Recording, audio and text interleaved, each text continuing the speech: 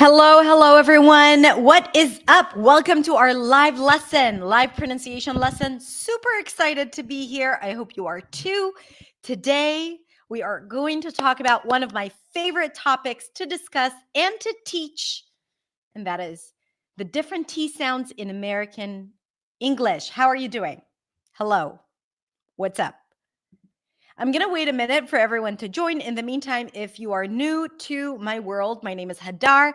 I am a speech and pronunciation coach. I help people speak English with clarity, confidence, and freedom. I'm a non-native speaker of English myself. I had to go through my own accent training when I was in my 20s because I studied acting and I wanted to become an actress. And I had to do that. I had to acquire the American accent. And then I fell in love with speech and pronunciation. And that is what I do on my channel. I have messy hair, and sometimes right before I go live, it's just like it has its own life. So I apologize in advance for that.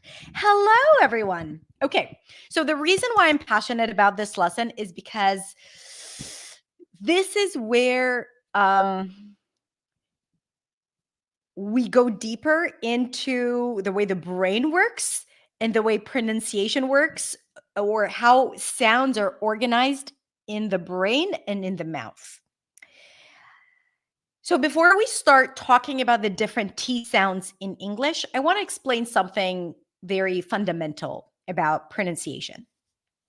When it comes to accent training and pronunciation training, we need to consider two things. One is how sounds are categorized in our brain or how we perceive them.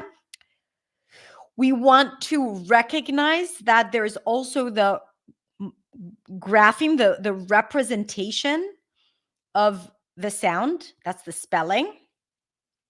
And we want to recognize that there is what comes out of our mouth. Okay? What comes out of our mouth is phonetics. It's like the sounds that come out of our mouth. It could be ch, p. It's like the actual production of the sound. Okay?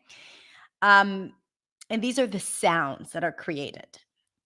But there is also the representation of the sound. And sometimes the representation in the brain is a little different than what comes out, which is what we're going to talk about today. This is why I'm excited about this. The representation of the sound in the brain is called a phoneme. So it's basically a sound. A phoneme is always a sound. But like I said, the phoneme is not always the same as what comes out of the mouth. And there is also the actual representation in the spelling, the grapheme, which is the letter that represents the sound. Okay? So here's an easy explanation. The letter T usually represents the phoneme T. This is how the brain categorizes it. The way we pronounce the T, or the way native speakers, let's say, pronounce the T is not always T. Could be T, could be R, could be Ch. All of them represent the phoneme T. The sounds that are created, the different sounds that are represented by the same phoneme, in our case, the T, are called allophones. So allophones are the manifestation of a sound that is represented in the brain. Now, in many languages, in most languages, everything is equal. What do I mean by that? There is a letter, and there is a phoneme, and there is a sound, and they're all the same. Okay? In most languages, this is the case. With a caveat, in many cases, it is the same. In English, it gets interesting because it's not always the same. Sometimes it is. So, for example, the letter R, okay, represents the phoneme R, right? And the sound is generally If we're talking about American English, usually when you see an R, it's okay? So that's pretty consistent. That is not the case with T. And that is what we're going to talk about today. Are you ready? What are we discussing? I'll tell you what we are discussing today. Today, we are discussing the different T's in American English. And specifically in American English, because there are different allophones, aka different T sounds, in American English than in British English. And if we have time, we can talk about the difference and we can talk about that. Any questions so far? Thank you for joining us. Good. Oh, we have first timers here. So welcome to my channel. All right, so let's talk about the different T's. Let me make it a little bigger because you deserve more. You deserve this. Okay, let's start with the T. I call it the regular T, which is the T that is aligned with the phoneme T, the T that exists in many other languages, and that is like the most regular T that you can find, as we see in the word stay. In this case, the tip of the tongue goes up and you just release it slightly. Ta, ta, ta. That is the regular T, the phoneme T, the basic T, the true T. Ta, ta, ta. Stay. Say it. Stay. If you tend to add an e at the beginning and say stay, try to start with the s. Stay. Good. That's our starting point. However, this sound only appears in specific cases when there is a cluster at the beginning, like the ST, okay? Or in other cases, but usually when the T is connected to another sound that comes right before it and it opens to a vowel. Stay, stay.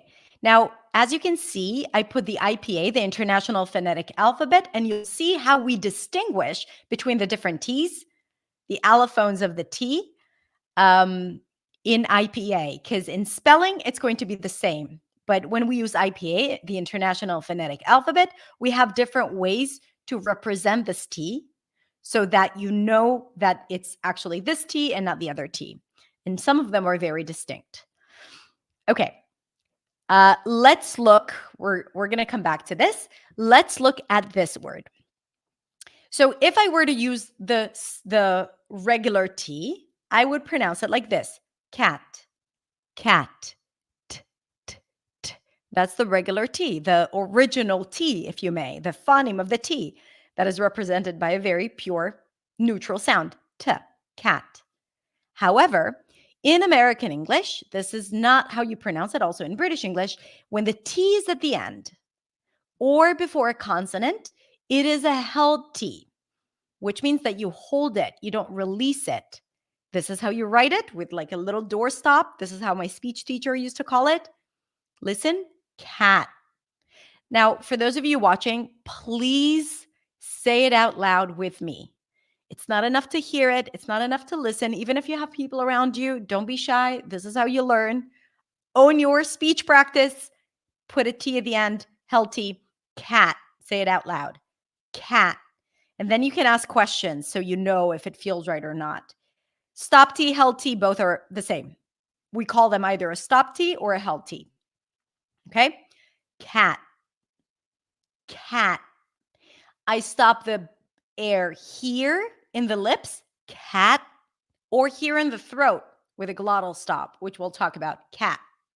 Okay, there are two ways to stop it, but the idea is that the T at the end of words is usually not pronounced. Now, you will find native speakers who pop it, cat. There are many different dialects where you will hear people pop the T, but sometimes you don't. Wait, get, hat. Okay. Now, it doesn't matter if you pop it. You're still going to sound great if you pronounce everything else correctly. But it's important for your listening.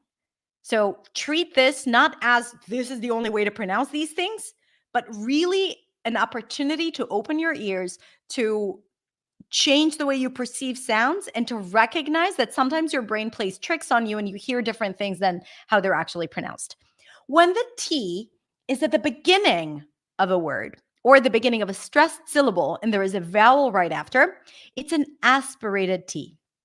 Aspirated because there is a burst of air right after the T is pronounced, and this is how the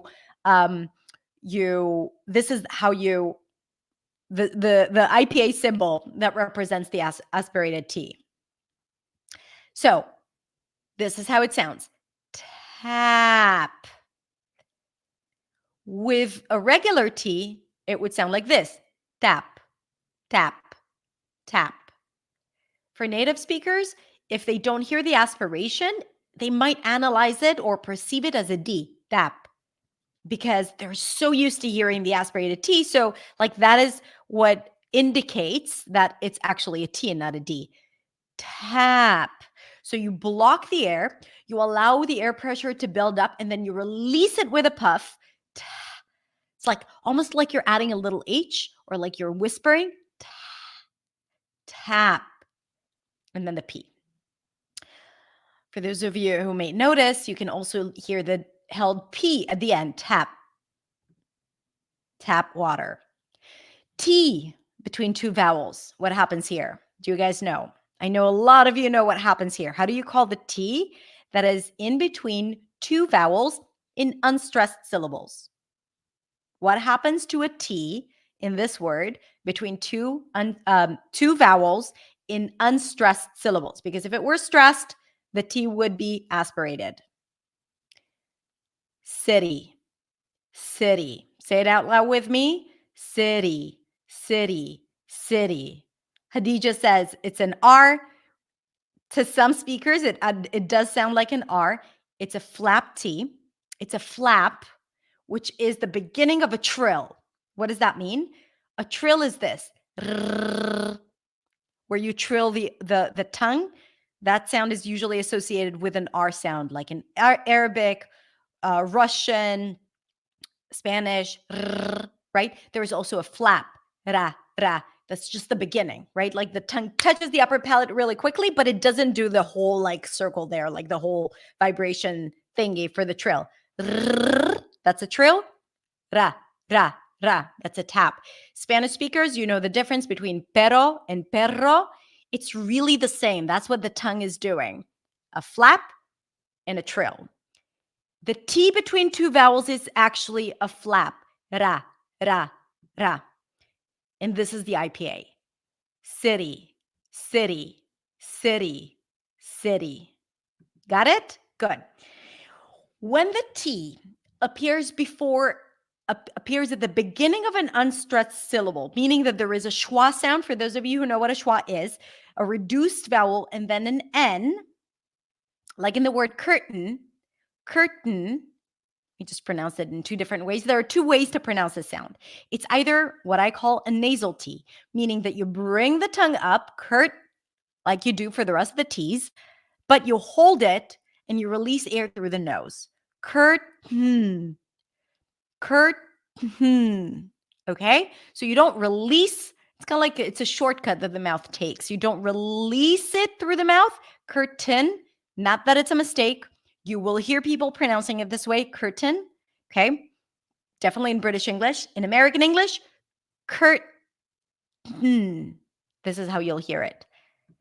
And that is how you represent it in IPA. Curtain with that little N at the top. However, some people may take a better shortcut and stop the air in the throat. Here in the vocal box, there is like this small opening that opens and closes, that opens the vocal folds for the vocal folds to vibrate and air comes out. Okay, here, if you do this, you hear that? Basically, you're like closing the space for the air, and then you're opening it, and then that's the that's a glottal stop. Okay. So sometimes when we have the T before an unstressed syllable and then an N, this is what happens. Curtain, curtain. Now listen, you don't need to learn how to pronounce it this way. You can pronounce it with a T, curtain. You can do a nasal stop, curtain, a glottal stop, curtain. I just want you to be aware of these things, because the more you train your ear to hear those nuances, the more in control you are of the sounds and everything that happens in English. All right. When the T appears after an N, you see that there is a relationship with the N sound here. When the T appears after an N in unstressed syllables, it is often dropped. Okay? So in this case, it's not incorrect to say winter. A lot of people say winter. I sometimes say winter, but in many cases, especially in fast speech, when people speak, they drop the T. Winner. And yes, it does sound like she's a winner, and I hate the winter because I like the summer. Okay? Winner. Winner. So when the T appears after an N in unstressed syllables, it is often dropped. And one more T that we added here. When the T appears before an R, I know it's confusing. It's a lot of T's. When the T appears before an R, it's not a T anymore. It's a ch sound, like in the word train. Okay? It's like the tongue is taking a shortcut and it's creating a sound that is closer to the R sound. It's like, I'm just going to get closer to the R. It happens to end up being like a ch sound. The reason why we have all these different pronunciations is really like this idea of shortcuts. The T, which is in a very strategic position, gets closer to the next sound or is impacted by the previous sound. And this is why the sound changes. Okay? So a quick reminder, all those different T's are considered T's. They have very different sounds. They're called allophones. They're representation of the phoneme T. So the T is a sound that is represented in the brain. If you were to ask native speakers who have no idea about pronunciation or linguistics or phonetics, they would say, no, I pronounce it as a T. In all these places, they sound the same. They don't even notice that they pronounce it differently because it happens subconsciously. Okay? But so these are allophones, and the T is the phoneme, and it's usually represented, as you can see in all cases, it's represented with the letter T.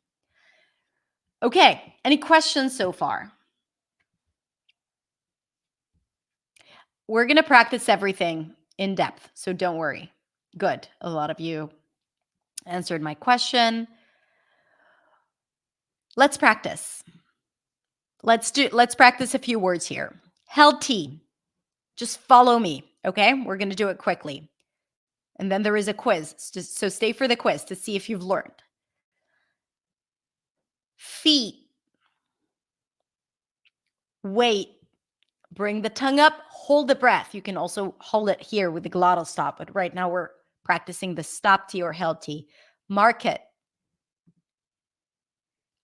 It also happens before a consonant, not just at the end of words. White color. Great job. The other option is great job. Pop the T. That is perfectly fine. But in English, usually, especially when there is another consonant right after, you'll always notice that it's held. Okay, it's not released. Great job. Picket fence. Picket. I brought the tongue up. Picket. And then I go directly to the F sound. Fence. I don't pop it. Picket fence. It's really a way for the mouth to be more efficient. I know it doesn't feel like it, but when you use the language rapidly and consistently, and this is the language you're born into, it's really like a more efficient way to pronounce things. Aspirated T. Remember, you bring the tongue up, allow air pressure to build up, you release the air. Team. I'm exaggerating it a bit. Team. Team. Toes. Toes. The alternative with a regular T, toes. Theme. Task. You hear the difference? With the aspirated T, team. Toes. Task. Enticing. You can find it in the middle of the word as well if it's the primary stress. Attachment. Metabolism. Ta. Good. Let's practice the flap. I don't know why I put the word party here because party is a tricky one, but let's do it. I believe in you. Party. Party. Light T. Party. Da, da, da. And it's okay. Let me tell you a secret. It's okay if the flap T after an R, like in this case, party, harder, I know it's a D, but the D and the flap T in this position are pronounced the same. Um, uh, what other words? Order. It's the same sound. Like the D between two vowels and the T between two vowels are both a flap. So riding a book and riding a motorcycle will sound the same. Maybe some people say that the I or the claim is that the I sound before a D is a little longer. So writing and riding. Okay? So subtle that we're actually not going to talk about it. They sound the same. Writing and writing. Writing a book, writing a motorcycle. Party. Motive. Catering. Even between words, because we always connect words together. Get in. Put up. I'm not going to put up with this anymore. Right on. Good. Good. Nasal T. So now we're going to practice the nasal T where the air is blocked here and air comes out through the nose. So you can put your little finger or your index finger right here to feel the air coming out through the nose. Button. Or even just feel it here. Button. But bring the tongue up, release air through the nose. Button. Kitten. Eaten. I know this one is challenging. Manhattan. Bring the tongue up, release air through the nose. Hmm. Gonna do this. Bring the tongue up, release air. You have like this little gap that connects the nose to the throat. Manhattan. Sir. Forgot. Now to make it a little more interesting, we'll try the same words with a glottal stop. To me, it's easier. I actually pronounce it with a glottal stop. Button. So what do we do here? We lift the tongue up for the T, but we make this sound. But. Let's do it again. But. Now this is a little advanced, so don't get discouraged. If this is challenging, just say button. It'll sound British. Button. Button. Can you button me up? Button. Button. Kitten. Kitten. Eaten. Okay, no, wait. I just pronounced it with a nasal T. Let's do it again. Glottal stop. Button. Kitten. Eaten.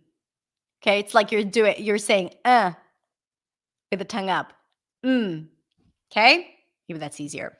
Manhattan. It's weird, I know. Manhattan. Certain. I'm very certain about that. Forgotten. Now, if you have a cold, do not try this at home. Drop T. When the T could be dropped. Not always, could be dropped, okay? It's not a mistake to pronounce the T here. But in English, especially American English, especially in fast speech, these T's are dropped. Center. City center. Interview. I have an interview today. Advantage instead of advantage. Both are correct.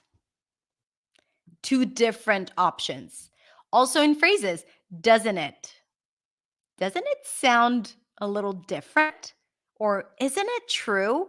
Isn't it? Isn't it? Doesn't it? Pointed. He pointed at me. I didn't like it. Now here's a little secret. Oftentimes when the T appears before two consonants, it is often dropped because a sequence of 3 consonants is hard for everyone. For some more than others, but you could say postpones. According to the rules, this T needs to be a held T. But because there is an S before and before words are connected, and again, the language tries to be very efficient, you'll see that a lot of times people drop the T in these cases. So instead of saying postpone, Not that it's a mistake. You will hear people pronouncing it this way, but an easier way would be postpone. I'm going to postpone it. Or instead of saying wristband, proper pronunciation with a held T, wristband, wristband. Drop that T. You don't need it. Best friend, best friend. Go from the S to the F directly. She's my best friend from high school. Text box. So here it's tricky because you have text box. So you stay with the S of the text and then go to the B. Text box. Joao, that's a good question about the word often. I can talk about it. I often talk about it too. First class with a T, first class. That's a first class treatment. You have last chance to join us. It's the last chance to join us. Last chance. Okay? That's a little easier. If you don't want to drop the T, do not drop the T. And then I would encourage you to practice holding it, making it a stop T. Last chance. In speech classes, when I took speech classes in my acting school, my teacher was very adamant about everyone pronouncing the T properly because it was more about proper English and classical English rather than, contemporary English. So I was the only non-native speaker in class, me and another guy, and then all the rest were native speakers, and this is what you worked on with them, making sure that they pronounce the T. Now, this was mainly for speaking on stage and doing Shakespeare and stuff like that. So back then, it was much better for us to pronounce it as last chance. That's like a more proper pronunciation.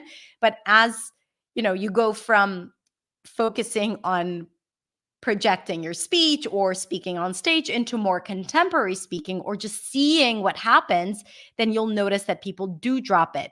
For people who have a hard time pronouncing a sequence of consonants, dropping the T is a lifesaver. Last chance. Okay? If you don't want to drop it, do not drop it. And then my speech teacher you'll get her respect. Good. T that turns into a ch. So when the T appears before an R, it turns into a ch. Trip, transfer, trembling, spectrum, industry, entrepreneur. Can you hear it? Tra. It's not antra. You won't hear it. Antra, but antra. An interesting fact is that if you have a D, and then an R, then it turns into a j sound. The D is like a T, but it's voiced. Okay. We don't have so many Ds, by the way, but this is why in this case, we see the same things. Okay.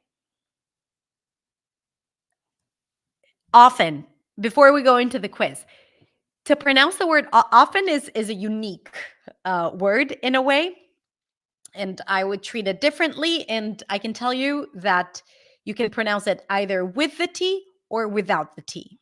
Okay. So in this case, you can say often and you can say often, and you can use often sometimes. And then often when you want to emphasize something, it's up to you. Both are correct. Okay. Which T is this? Say it out loud.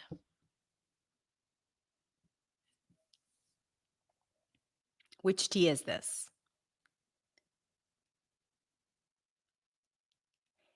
Mountain. You see the N? The AI is a schwa. It's reduced. So it's an unstressed syllable. T before an N in an unstressed syllable. Nasal, very good. You get 10 points, everyone. Not everyone, those who answered. T after an, not T after an N. Oh, T after an N is hard. Kevin, you just drop it. That's the easiest one. Just drop it. Okay, but this one is a nasal T, mountain, or glottal T, mountain. Good job. 10 points. Nasal or glottal. Okay? What about this? Say it out loud. Okay. Try to think. What is it? Is it held? Is it aspirated? Is it a flap T? Is it a nasal T? Is it a glottal stop? Is it a ch sound? I'm going to say it. Volunteer. Volunteer. Aspirated. It's not nasal because there is no N, right? Nasal is because it has to come out through the nose. The N makes it nasal. So if there is no N, it's not nasal. If it's a T before a vowel and it's a stressed syllable, volunteer, then it's an aspirated T. Very good. 2 T's.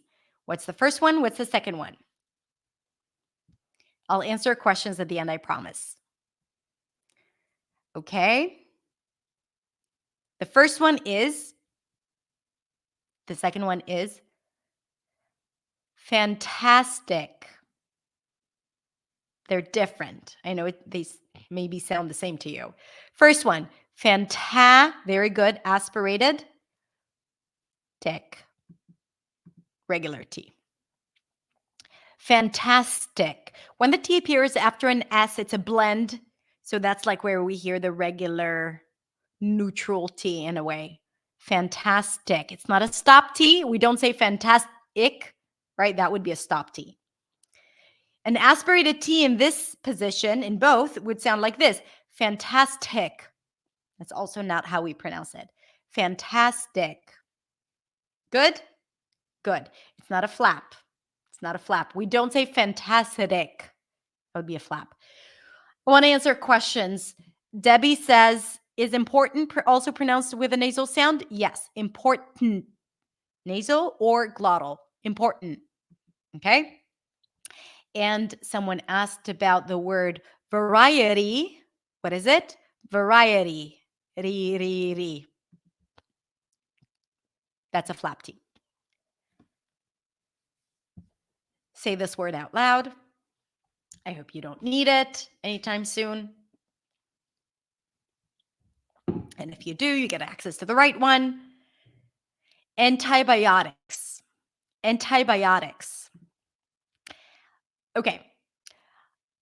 This is an example where you could do both because I say antibiotics, but it could definitely be dropped antibiotics, but it could also be anti, which is, it's not an aspirated T, it's like a regular T. I didn't write it here, I wrote it in the other one. Antibiotics or antibiotics, if you say it quickly. Questions about this one? It's not a nasal sound. It's either dropped or regular if you want to pronounce it. Because like I said, you definitely can pronounce the T after an N, okay? It's not incorrect. A lot of native speakers pronounce it and some don't. Some will drop it in some words like 20, wanted, internet, but then keep it in antibiotics. But you can also drop it, antibiotics. Good. Intensity. Intensity. What do we have here? The T is at the beginning of of a stressed syllable. Intensity. The ITY, a common suffix. Itty, always a flap. Little rule of thumb. As intensity. Intensity. Good. What about this? Say it out loud. Potato. Potato. What's going on with the first T? Rajesh, great job. Aspirated, flap. Potato. Potato. Potato. Potato. Potato. Tomato. Tomato. What about this? Say it out loud. 3 T's.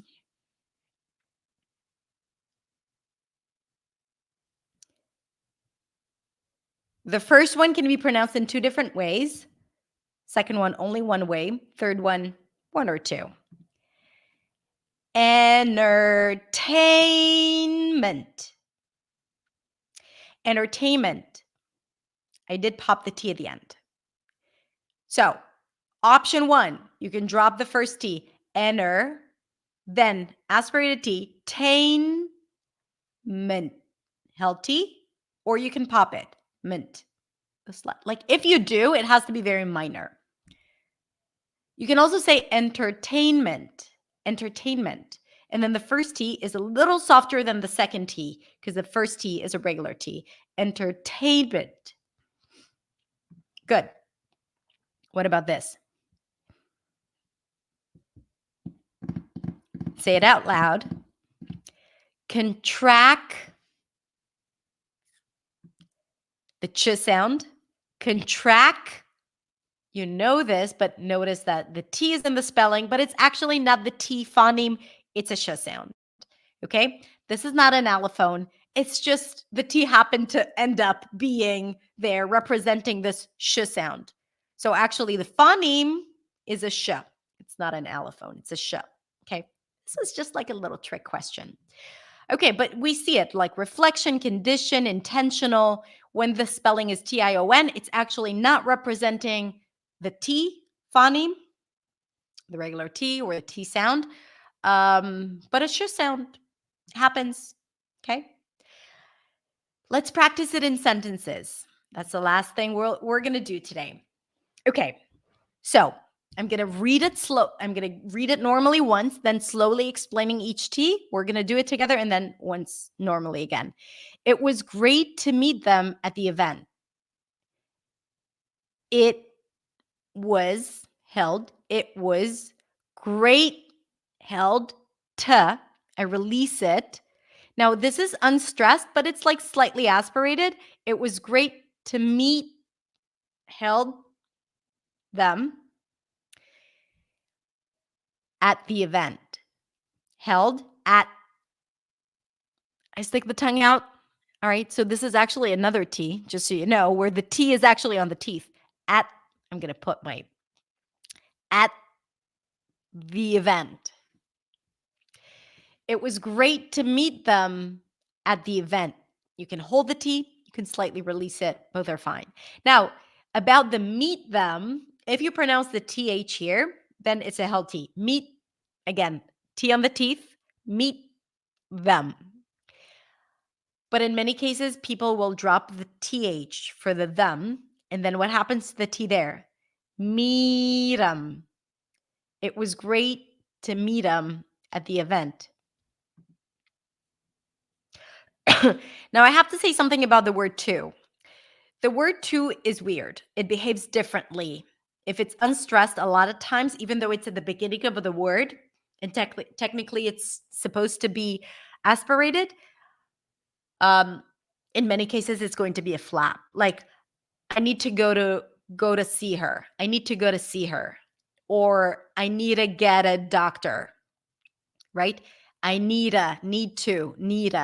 So in many cases, the word to almost behaves as if like it's just like a small addition to a previous word. And then this is why it is often pronounced as a flap. I'm not going to get into it, but just so you know that this is the case. It's a little different with the word to. Wait, did we do this? That? Yes. Let's read it once. Okay, no. My sister's apartment is in a quiet part of the city. Wait, I put a stop. My sister's apartment is in a quiet part of the city with lots of little cafes nearby. Let me do it slowly. My sister's apartment, held, apartment, and sister, nothing interesting here. That's like a regular T, is in a quiet part. Now look at what happens here. If I just say it like that, quiet part, we have two held T's. Quiet part.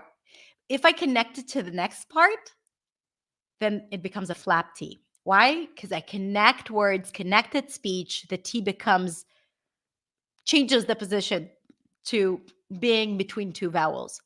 Quiet part of the city. Quiet part of the city. Quiet part of the city. Connected. This is why I love teaching the flap T, because it helps us connect words together, which is something that is good to be able to do. With lots of little cafes nearby. I want to take a minute and explain the word little because it's a flap T. By the way, the flap T could be spelled with one T or two T's. It's not always when it's two T's, okay? Just so you know. For example, the word but with two T's, not a flap. And the word ability, one T, but still a flap. Okay, so little, you flip the T and then you kind of like pull it into the to pronounce the dark L. I also almost want you to imagine as if there is like an O sound after the flap T because of the dark L. Little, little, little. Practice it. Little, battle, bottle, Seattle. Good practice of the flap T and the dark L. Good. My sister's apartment is in a quiet part of the city with lots of little cafes nearby. Good. Let's do a few more. How are you doing? Any questions so far? Annotation of the text. Hey, it would be a good idea, actually. I was thinking the same thing as I was teaching it. I'm like, I need my pen here. Next time, I promise, Alexander. I noticed you've got a talent for spotting details that others often miss. I notice you've got a talent for spotting details that others often miss. Noticed, flap T, noticed. You've got the T's at the end, so it's a held T. But if I connect it to the next phrase, you've got a talent, held, for spotting details that others often miss. You can also say that others. I would say it only if I were to say it fast. That others often miss. It's hard to do the flap T with the phrase that others when you say it slowly. But we can practice both. I noticed you've got a talent for spotting details that others often miss. I would put a little stop after the that. This restaurant is fantastic, especially their pasta and risotto. Say it out loud.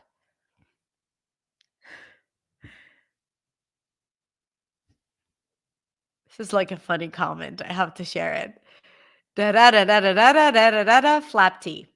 That's really like how I speak. That's how I sound. Totally. You nailed it. This is like how my daughters would imitate me. When they imitate me making videos, this is what they do, what they say. This restaurant, this is a regular T because it's after an S, is fantastic. We practiced it already, right? Aspirated T and then true T. Fantastic, especially their pasta, again, true T, and risotto, flap T. Unless you're Italian, and then you will not pronounce it with a flap T. Risotto. I once had an infamous video about 6 food dishes or foods you pronounced wrong or something like that. Like that was like, I don't know, feels like 20 years ago. And I talked about the pronunciation of the word bruschetta. And I got so much crap for teaching to pronounce it with the flap T, which is how I used to work in an Italian restaurant in New York. So like this is how all my Italian friends from New York would pronounce it. Bruschetta, not Italians who speak Italian. Like, mind you, they didn't speak Italian, but they were Italians from New York. So they had an Italian dialect. This is how they would say it. So I taught it like that. And then a lot of people who are Italians were like, you are ruining this. It's bruschetta. So this is why I wanted to add this little caveat about the pronunciation of risotto. In American English, this is how you would say it. I totally agree with you that it's extremely important. Let's practice it. That's going to be the last one for today. And then we're going to move into questions. So I totally, that's such a good word to practice. Toda, aspirated, and then flap. I totally agree with you that it's, I have to say it with flow to make it a flap T, that it's, so the first T of the that is a flap T because there is a vowel right after, that it's, okay? And then that's a regular T, that it's extremely important. So we have a nasal T and a held T. Important. If you want to take a shortcut, important with the throat. To many of you, it's going to sound the same. Important or important. I totally agree with you that it's extremely important. Pronouncing the T is just mildly important. It's not extremely important. There are more important things in life. But it's fun to practice. It's extremely important to practice. Now, here is what happens. If you want to improve, if you want to get the hang of pronouncing something. So let's say you're like, oh, I didn't know you pronounce the aspirated T. And then you learn how to pronounce the aspirated T and you want to be able to produce it again and again and again without thinking about it. This is where you have to build habits. You have to repeat it again and again in context, in different words and phrases, speaking freely while being conscious of it, pronouncing it consistently with that aspirated sound. That is how you start changing. Okay. So that is how you move from just the practice. So first it's like the understanding, then being able to produce the sound, right? So first what we did is we learned it. And I told you, hey, there are different T's. And you're like, oh, perception. Then pronunciation. But then you need to create repetition to build habits. Okay. And then you want to use it intentionally. And that's how it becomes a part of your life. If you want to learn more about pronunciation, and I hope my team is here to help me share the link. I have just recently shared a 14-day pronunciation plan. It's absolutely free. It's on my app, the Influency Academy app. So I have an app where I share free resources, and this is also where I share my courses. But we created a 14-day plan where every single day you have a different lesson with most of them with speech drills and audio, so you can practice it, you can repeat it along. So every day is a different video. We have the TH, we have the R, we have the flap T, my friends. We have different sounds, intonation, rhythm, stress. So I teach you all of that within 14 days. The idea is to, thank you team, is to build a habit of doing something every single day. So this 14-day pronunciation plan is going to help you just build a habit. It's really easy. You can listen to it on the app. You can practice on the app. Again, it's free, and it will really help you understand many of the key sounds that are essential for your clarity. If you want to if you want to acquire an American accent, to understand the nuances of American accent, and ultimately to be able to speak clearly and confidently. It's not just so that you don't sound foreign. It's not about that. There is no issue with having a foreign accent, but we want to be able to recognize the nuances of a language. We want to be clear. We want to understand others. And the best way to improve your comprehension, understanding is through practicing pronunciation, really. So check the chat. And if you're watching the replay, it's in the description. Click the link, get the 14-day plan to improve your pronunciation and your American accent. Like I said, it's absolutely free. Questions? Any questions? Let's see.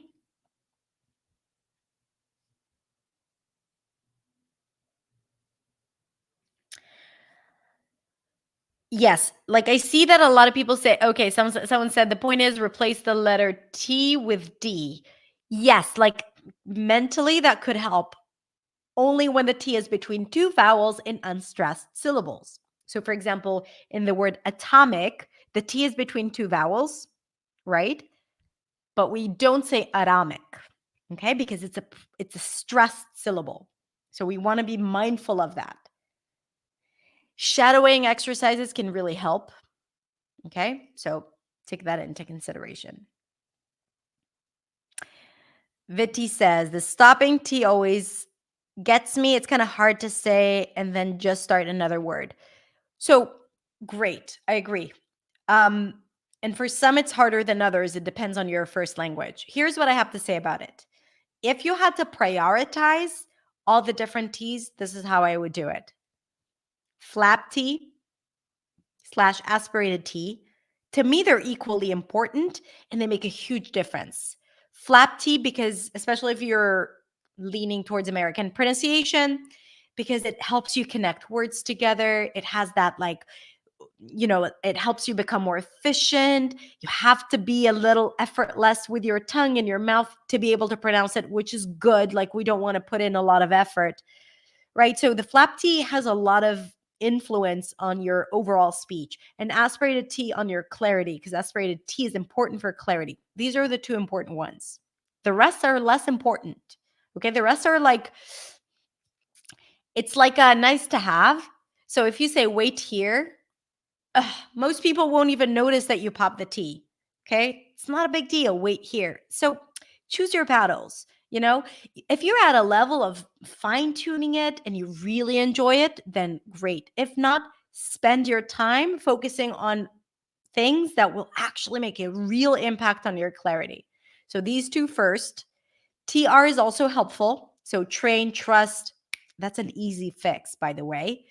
And then the rest. Okay. That's my tip. If we can make it easy, why not?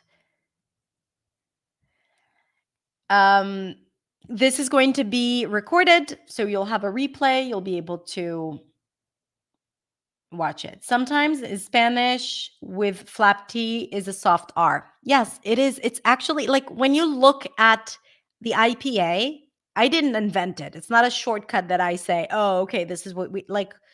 When you dive deep into phonetics, and I've studied it in my when I studied linguistics at the university.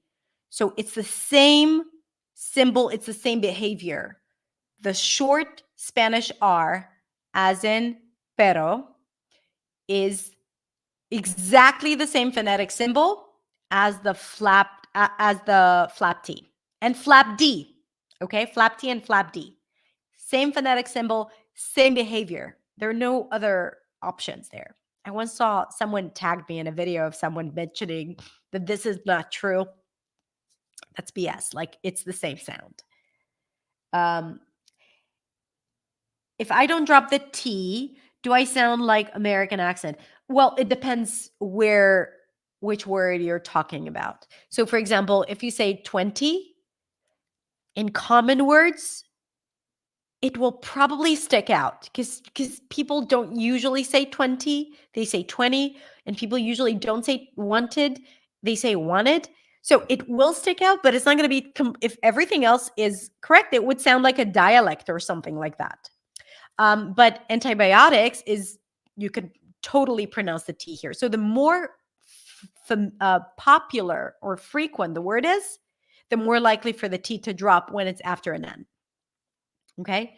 But it's not about sounding American necessarily. It's more about sounding clear, and you will sound clear for sure. If I don't pronounce the T, but I will be understood, will I be understood? So it depends. If you say, I'm trying to think of a word, atomic, because you dropped the word in atomic, obviously it's not going to be clear. I think you mean if I drop the T in wanted, internet, international. Yes, you will be clear. You will be clear because it's something that happens when speakers of different dialects say these words. Okay. Can we learn American accent, American English pronunciation with a song? Absolutely. I think songs are a great way. Songs, shadowing songs. I think all of it as like all of these it really depends on you, how you like to learn. So if you like to learn through some experience or to attach an emotion to it or something like that, and that's how it sinks in, then yes, like absolutely, it's more likely to stick. For other people, that might not click. So I don't think that there is one way to learn pronunciation. For some people, you need to see all the symbols, the IPA, to understand how everything is organized. For others, when they see IPA, International Phonetic Alphabet, they're like, that's too much. Let me just hear it, right? Different people learn in different ways. Different brains retain information differently, process information differently. You just need to recognize what works and what doesn't work for you. And if something doesn't work for you or you don't get it, let's say if I teach you in a certain way and you're like, I don't get what she's saying, don't blame yourself. Blame my teaching by all means, because maybe the way I teach is not exactly the way you need to learn or the way your brain learns. However, when I teach pronunciation, I take into consideration the different learners and I try to explain it in different ways so that it clicks, and with different aids or visual aids or audio, so that it clicks no matter what your learner type is, like no matter how your brain likes to learn. This is usually my approach because I recognize that. Okay.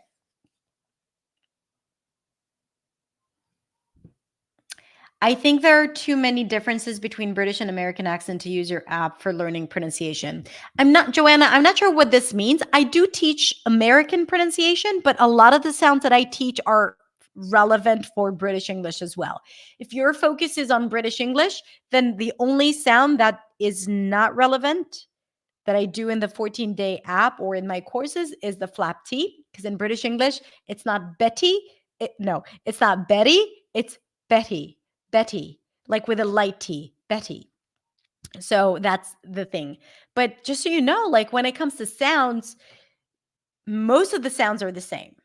Some of them are like pronounced a little differently. In British English, there is another sound that doesn't exist in American English.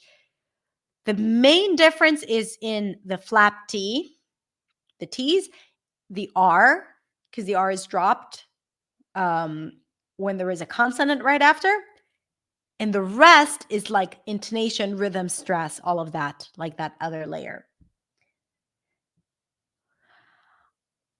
Okay. All right, my friends, I think that is it. Thank you very, very much.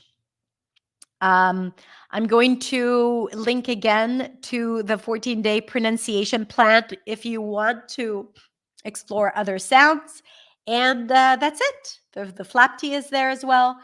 All right, my friends, have a beautiful, beautiful day. I hope you enjoyed it. If you enjoyed it, hit like, subscribe, make a comment, share it with your friends, and definitely check out my website at hadarshamish.com.